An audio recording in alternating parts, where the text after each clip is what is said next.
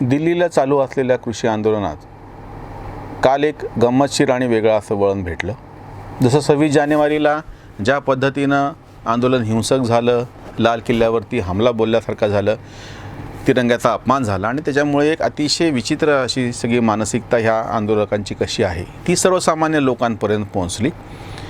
सातत्यानं एक मुद्दा आधीपासून असा समोर येत होता की हे आंदोलन फक्त पंजाब आणि हरियाणाच्या शेतकऱ्यांचं नाही किंवा उत्तर प्रदेशातला पश्चिम उत्तर प्रदेश म्हणतात जाट बहुल असं क्षेत्र, त्याच्यापुरतं नाही, सगळ्या देशातल्या शेतकऱ्यांचं आहे. म्हणजे हे आंदोलन करणारे आणि त्यांना पाठिंबा देणारे हे सगळे सातत्यानं पहिल्या दिवसापासून, इतकंच नाही, पंजाबमध्ये जेव्हा आंदोलन सुरू झालं, दिल्लीमध्ये अजून आलेलं नव्हतं, तेव्हाही असं म्हणलं जात होतं की हा काही फक्त पंजाबपुरता मुद्दा नाही, संपूर्ण देशातला आहे. ठीक आहे. प्रत्यक्षामध्ये तिथे जेव्हा गर्दी जमा झाली ती फक्त पंजाबी शेतकऱ्यांची होती, शीख शेतकऱ्यांची दिसत होतं, पण तरी पण हे सांगताना असं सांगत होते की सगळ्या देशभरातल्या शेतकऱ्यांचं आंदोलन आहे. काही मोजके म्हणजे ती संख्या काहीतरी 11-12 लाख आहे पंजाबमधल्या शेतकऱ्यांची, आणि एकूण देशातल्या शेतकऱ्यांची संख्या 17-18-19 लाख करोड इतकी आहे, म्हणजे 19 करोड इतकी आहे. म्हणजे ते प्रमाण बघा तुम्ही किती पडतं ते, एकूण देशातले शेतकरी आणि पंजाबमधले शेतकरी. पण तरी सगळ्यांनी असं सांगत होते की हे सगळ्या देशभरातल्या शेतकऱ्याचं आंदोलन, एकूणच शेतीची समस्या आहे. 6 फेब्रुवारीला जेव्हा असं ठरलं की चक्काजाम आंदोलन ह्या कृषी आंदोलनाला पाठिंबा देण्यासाठी देशभर करायचं, त्याला सगळ्यात म्हणजे पहिलीच माशी शिंकली आपण म्हणतो, किंवा पहिलाच अपशकुन झाला. स्वतः टिकेतनी जाहीर केलं की उत्तर प्रदेशमध्ये हे आंदोलन होणार नाही. नंतर सांगितलं उत्तराखंडमध्ये हे आंदोलन होणार नाही. नंतर सांगितलं प्रत्यक्ष दिल्लीत हे आंदोलन होणार नाही. म्हणजे टिकेत, राकेश टिकेत, त्याचे मुख्य समर्थक, त्याच्या त्या पूर्ण देशभरामध्ये चक्काजाम आंदोलन कसं होईल हे सांगणारे, आणि त्यांच्या स्वतःच्या प्रदेशात मात्र ते आंदोलन होणार नाही. ठीक आहे. आता चित्र असं समोर यायला पाहिजे होतं, देशभरामधले ज्या विरोधी पक्षांनी गेल्या काही दिवसांपासून आधी छुपे आणि नंतर प्रकटपणे ह्या आंदोलनाला पाठिंबा आणि त्यांची कशी फूस आहे हे समोर येत होतं. एक सरळ साधी अपेक्षा अशी होती की चक्काजाम हे शांततेच्या मार्गानं दुपारी 12 ते 3, पूर्ण दिवसभर पण नाही, या वेळात करण्याचं आंदोलन होतं आणि जे सहज शक्य होतं. आता विरोधी पक्षांची सरकारं ज्या ठिकाणी आहेत, पंजाब तर ठीकच आहे, पंजाबमध्ये सुद्धा आंदोलन सुरू झालेलं आहे, पंजाबमध्ये काँग्रेसचं सरकार आहे.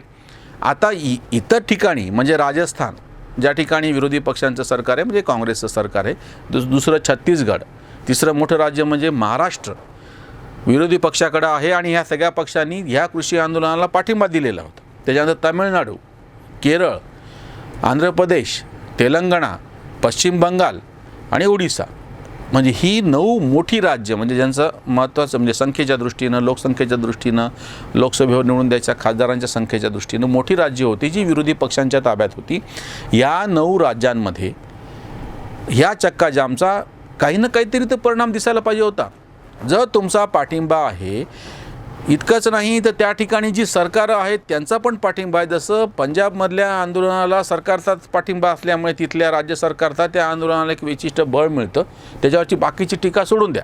पण जर समजा ते सरकार असेल, महाराष्ट्रामध्ये विरोधी पक्षाचं सरकार आहे, भाजपेतर पक्षाचं सरकार आहे, मग या आंदोलनाला पाठिंबा का नाही?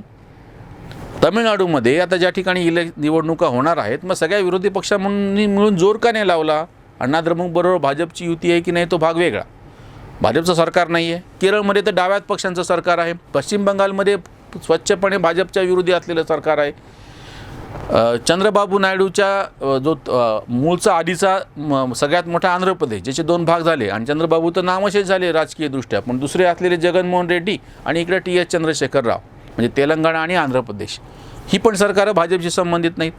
मग या ठिकाणी ह्याचा जोर का नाही दिसला? ओडिसा, नवीन पटनायक, ते काही भाजपच्या बाजूचे असं नाही, ठीक आहे, फारच त्यांना तटस्थ म्हणता येऊ शकेल. पश्चिम बंगाल, ममता दीदी, म्हणजे या उरलेल्या 9 राज्यांमध्ये कृषी आंदोलनाला पाठिंबा देण्यासाठी देशभरचे शेतकरी कसे त्या बाजूने हे तर दाखवता आलं असतं. जे चित्र या निमित्ताने समोर आलेलं आहे आणि विविध वर्तमानपत्रांमध्ये, माध्यमांमधून ह्या ज्या चक्काजामची जी छायाचित्र आलेली आहे ती इतकी काय म्हणता येईल त्याला शोकांतिका त्याची दाखवणारी आहेत की अतिशय तुरळक असा पाठिंबा आहे. अगदी 8-10 शेतकरी रस्त्यावरती बसलेले आहेत आणि ते म्हणतात की आमचं चक्काजाम आंदोलन आहे. महाराष्ट्रामध्ये ती इतकी हसायची परिस्थिती झाली, राजू शेट्टींची स्वाभिमानी संघटना यांनी याला पाठिंबा दिला, स्वाभिमानी पक्षाला. स्वाभिमानीचे महाराष्ट्राचे जे अध्यक्ष आहे संदीप जगताप यांनी नाशिक जिल्ह्यात निफाडला आंदोलन केलं, चक्काजाम. त्याचे फोटो स्वतःच्याच फेसबुक पोस्टवर टाकले, ते तुम्ही बघाल तर तुम्हाला सुद्धा पाहून हसू येईल की फक्त मोजून 10 शेतकरी बसलेले आहेत आणि तो थोडासा वेळाचा व्हिडिओ आहे त्यांनी टाकलेला. नंतर ते उठून गेले. पुन्हा जी काही वाहतूक होती ती पूर्ववत सुरू झाली. तुमचा जर पाठिंबा होता, तुम्हाला हे आंदोलन दिल्लीला न जाता तुमच्या गावामध्ये बसूनच करायचं होतं. वारंवार सगळे असं सांगत होते की फार मोठ्या प्रमाणात याला पाठिंबा आहे. मग ते चित्र समोर आलं का नाही, समोर दिसलं का नाही? ज्या ठिकाणी प्रत्यक्ष हे विरोधी पक्ष सत्तेवरती आहेत, यांचे कार्यकर्ते गावोगाव पसरलेले आहेत, जे काही सत्तेचे प्रत्यक्ष अप्रत्यक्ष फायदे त्यांना भेटत आहे, या सगळ्यांना मिळून जर कृषी कायद्याला विरोध करायचा होता तर ही फार मोठी संधी आलेली होती की तुम्ही दाखवू शकत होते. पुढचा जो मुद्दा आहे की बाबा याच्या निमित्तानं जी एक काय म्हणता येईल त्याला की वैचारिक चर्चा करायची होती, म्हणजे प्रत्यक्ष त्या ठिकाणी सरकारसमोर बसून तर कोणी चर्चा करायला तयारच नाही आहे. फक्त एकच मुद्दा की कानून वापस लो. ज्या ह्यांनी आता परवाच्या या 6 तारखेच्या चक्काजाम आंदोलनाच्या निमित्तानं हा एक पण मुद्दा समोर यायला पाहिजे होता. ज्या परदेशातल्या लोकांनी ह्या आंदोलनाला पाठिंबा देण्यासाठी ट्विट केलेलं आहे, त्याच्यामध्ये ग्रेटा थुनबर्ग म्हणून जी पर्यावरणवादी कार्यकर्ती आहे, तिनं जेव्हा ट्विट केलं, बाकीचं त्यांना कोणी किती पैसे दिले हा पण विषय थोडासा बाजूला ठेवतो. पर्यावरणाचा विषय होता आणि ह्या आंदोलनामध्ये पर्यावरणाचाच एक प्रश्न असा आलेला होता. तो असा होता की भाताचं तूस म्हणजे पराली असा शब्द आहे, जेव्हा जाळल्या जातं त्याच्यापासून प्रदूषण होतं आणि हे जाळणाऱ्या शेतकऱ्यावरती गुन्हे दाखल करावेत असा एक अध्यादेश पंजाब सरकारने काढलेला आहे. आणि आंदोलन कोणाच्या विरोधात तुम्ही करायलेत? केंद्र सरकारच्या विरोधामध्ये. आणि त्याला पाठिंबा कोण द्यायला लागले? तर आंतरराष्ट्रीय पातळीवरचे तथाकथित पर्यावरण तज्ज्ञ. मग त्यांना हे माहिती नाही का की आपण ज्या शेतकरी आंदोलकांना पाठिंबा द्यायला लागलो, हे शेतकरी आंदोलक भाताचं तूस म्हणजे पराली जाळण्यामध्ये पुढे आहेत, त्यांच्यावरती गुन्हे दाखल करण्यात आलेले आहेत आणि हे माग घ्या म्हणून असं एक ते आंदोलनाचा भाग आहे. हे कोणी बोलायला तयार नाही. म्हणजे भारतातले तर ठीकच आहे पर्यावरणवादी आणि त्यांची भूमिका काय आहे, मेधा पाटकर आणि बाकीचे लोक, याच्यावर आपण याआधी पण व्हिडिओ केला होता आणि चर्चा केली होती. आता दुसरा मुद्दा समोर येतोय आणि जो खरं तर परवाच्या या चक्काजाममधून त्याची चर्चा व्हायला पाहिजे होती की ज्यांनी या परदेशातल्या पर्यावरणवादी आणि तथाकथित शेतीला पाठिंबा देणारे सगळ्या लोकांनी ह्या मुद्द्याचा विचार केला का की पर्यावरणाच्या बाबतीमध्ये हे जे आंदोलक आहेत यांच्यावरती आपणच एकेकाळी गुन्हे दाखल करा, हे चूक आहे, पर्यावरणाला घातक आहे म्हणून भूमिका घेतलेली होती. दुसरा जो मुद्दा होता की जो बाहेरच्या या पर्यावरणवादी आणि मानवाधिकार आणि जे काही सगळे या निमित्तानं ओरड करणारे त्यांनी पण याची दखल घ्यायला पाहिजे होती. गहू आणि तांदूळ, विशेषतः तांदूळ त्याच्यामध्ये जास्त करून जास्त पाणी खाणारं पीक आहे. या तांदळाची जेवढी भारतातली गरज आहे त्याच्यापेक्षा जास्त तांदूळ पिकलेला आहे, जेवढी गव्हाची गरज आहे त्याच्यापेक्षा जास्त गहू पिकलेला आहे. आणि हाच गहू आणि तांदळाचा शेतकरी आंदोलन करतो आहे की MSP प्रमाणे आमची खरेदी करा म्हणून, गरज नसताना. जी काही भारतातली गरज आहे गहू आणि तांदळाची त्याच्यापेक्षा जास्त पिकलेला असताना आता आंतरराष्ट्रीय पातळीवरचे जेव्हा पर्यावरण तज्ज्ञ, शेती तज्ज्ञ आणि बाकीचे सगळे हे मानवाधिकारवाले ह्याचा पाठिंबा देत आहेत, ते हे सांगणार आहेत का की जी पिकं पाणी खातात, ज्या पिकांमुळे पाण्याची नासडी होती, ज्या पिकांची आपण निर्यात करतो म्हणजे एका अर्थाने पाण्याची निर्यात करतो, अशी भूमिका भारतातल्याच पर्यावरणवाद्यांनी मांडलेली होती. मग बाहेरचे पर्यावरणवादी जे की अशा सगळ्या पिकांच्या बाबतीत, पाण्याच्या वापराच्या बाबतीत अतिशय एरवी काटेकोर असतात आणि कृषी आंदोलनाला पाठिंबा देत असताना मात्र ते हे विसरून गेले की आपण पाठिंबा कशाला द्यायला लागलो नेमकं. जर त्यांनी करोडो, भारतामध्ये जे करोडो शेतकरी आहेत, गहू, बाजरी आहे, ज्वारी आहे, मका आहे, तूर आहे, सोयाबीन आहे, ऑइल सीडच्या बाबतीत म्हणलं तर कापूस आहे, ह्या सगळ्याच्या शेतकऱ्याला पाठिंबा देण्याची भूमिका भारताबाहेरच्या पर्यावरणवाद्यांनी का नाही घेतली? म्हणजे ह्यांचं ढोंग या पण निमित्तानं उघडं पडतं आहे की तुम्हाला फक्त या सरकारला विरोध करायचा आहे म्हणून तुम्ही तुमची घेतलेलीच भूमिका आता उलटी करत आहात. ही एक अतिशय विचित्र अशी गोष्ट आहे की जेव्हा केव्हा भारतातले पर्यावरणवादी काय भूमिका घेत होते आणि कोणाच्या तालावर नाचत होते हा तर वेगळाच मुद्दा, पण बाहेरचे पर्यावरणवादी, बाहेरचे मानवाधिकार कार्यकर्ते हे सगळे एकेकाळी जी भूमिका घेत होते त्याच्या नेमकी उलटी भूमिका ते आता घेत आहेत. पाण्याची जी पिकं आहेत त्या पिकाला हे समर्थन करायला लागलेत आणि जी कोरडवाहू पिकं आहेत त्यांची हे दखल पण घ्यायला तयार नाहीत.